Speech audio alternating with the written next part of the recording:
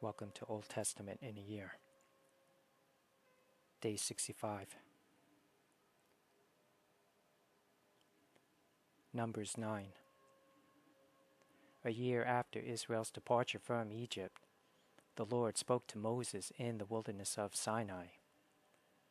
In the first month of that year, he said, "Tell the Israelites to celebrate the Passover at the prescribed time, at twilight on the 14th day of the first month. Be sure to follow all my decrees and regulations concerning this celebration." So Moses told the people to celebrate the Passover in the wilderness of Sinai as twilight fell on the 14th day of the month. And they celebrated the festival there, just as the Lord had commanded Moses.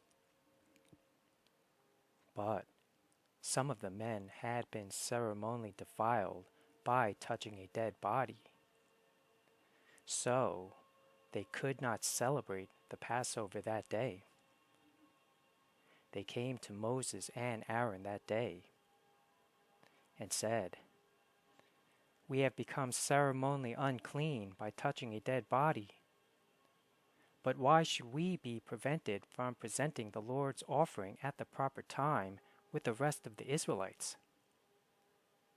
Moses answered, "Wait here until I have received instructions for you from the Lord."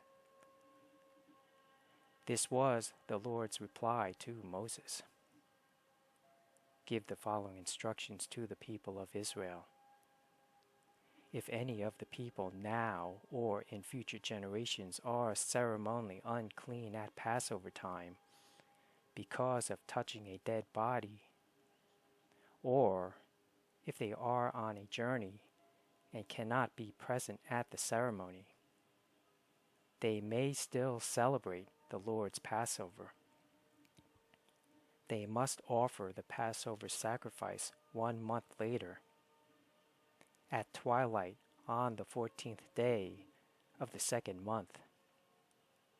They must eat the Passover lamb at that time with bitter salad greens and bread made without yeast. They must not leave any of the lamb until the next morning, and they must not break any of its bones. They must follow all the normal regulations concerning the Passover. But those who neglect to celebrate the Passover at the regular time, even though they are ceremonially clean and not away on a trip, will be cut off from the community of Israel. If they fail to present the Lord's offering at the proper time, they will suffer the consequences of their guilt. And if foreigners living among you want to celebrate the Passover to the Lord, they must follow these same decrees and regulations. The same laws apply both to native-born Israelites and to the foreigners living among you. On the day the tabernacle was set up, the cloud covered it. But from evening until morning, the cloud over the tabernacle looked like a pillar of fire. This was the regular pattern. At night, the cloud that covered the tabernacle had the appearance of fire.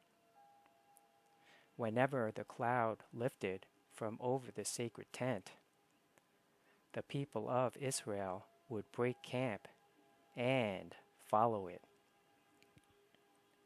And wherever the cloud settled, the people of Israel would set up camp.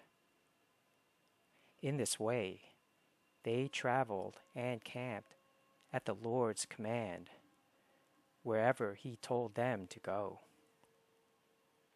Then they remained in their camp as long as the cloud stayed over the tabernacle. If the cloud remained over the tabernacle for a long time, the Israelites stayed and performed their duty to the Lord. Sometimes the cloud would stay over the tabernacle for only a few days. So the people would stay for only a few days, as the Lord commanded. Then, at the Lord's command, they would break camp and move on. Sometimes the cloud stayed only overnight and lifted the next morning. But day or night, when the cloud lifted, the people broke camp and moved on. Whether the cloud stayed above the tabernacle for 2 days, a month, or a year, the people of Israel stayed in camp and did not move on. But as soon as it lifted, they broke camp and moved on. So they camped or traveled at the Lord's command, and they did whatever the Lord told them through Moses.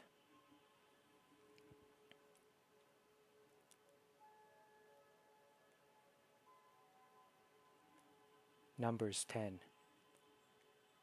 Now the Lord said to Moses, "Make 2 trumpets of hammered silver for calling the community to assemble, and for signaling the breaking of camp.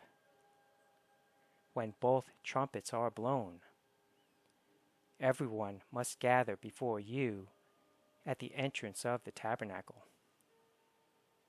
But if only one trumpet is blown, then only the leaders, the heads of the clans of Israel, must present themselves to you. When you sound the signal to move on, the tribes camped on the east side of the tabernacle must break camp and move forward. When you sound the signal a second time, the tribes camped on the south will follow. You must sound short blasts as the signal for moving on. But when you call the people to an assembly, blow the trumpets with a different signal. Only the priests, Aaron's descendants, are allowed to blow the trumpets. This is a permanent law for you, to be observed from generation to generation. When you arrive in your own land and go to war against your enemies who attack you, sound the alarm with the trumpets. Then the Lord your God will remember you and rescue you from your enemies. Blow the trumpets in times of gladness too, sounding them at your annual festivals and at the beginning of each month. And blow the trumpets over your burnt offerings and peace offerings. The trumpets will remind your God of his covenant with you. I am the Lord your God. In the 2nd year after Israel's departure from Egypt, on the 20th day of the 2nd month, the cloud lifted from the tabernacle of the covenant. So the Israelites set out from the wilderness of Sinai and traveled on from place to place until the cloud stopped in the wilderness of Paran. When the people set out for the first time, following the instructions the Lord had given through Moses, Judah's troops led the way. They marched behind their banner, and their leader was Nahshon, son of Amminadab. They were joined by the troops of the tribe of Issachar, led by Nathanael, son of Zuar, and the troops of the tribe of Zebulun, led by Eliab, son of Helon. Then the tabernacle was taken down, and the Gershonite and Merarite divisions of the Levites were next in the line of march, carrying the tabernacle with them. Reuben's troops went next, marching behind their banner. Their leader was Elizur, son of Shedeur. They were joined by the troops of the tribe of Simeon, led by Shelumiel, son of Zerushadai, and the troops of the tribe of Gad, led by Eliasaph, son of Deuel. Next came the Kohathite division of the Levites, carrying the sacred objects from the tabernacle. Before they arrived at the next camp, the tabernacle would already be set up at its new location. Ephraim's troops went next, marching behind their banner. Their leader was Elishama, son of Ammihud. They were joined by the troops of the tribe of Manasseh, led by Gamaliel, son of Pedazur, and the troops of the tribe of Benjamin, led by Abidan, son of Gideoni. Dan's troops went last, marching behind their banner and serving as the rear guard for all the tribal camps. Their leader was Ahiezer, son of Ammishaddai.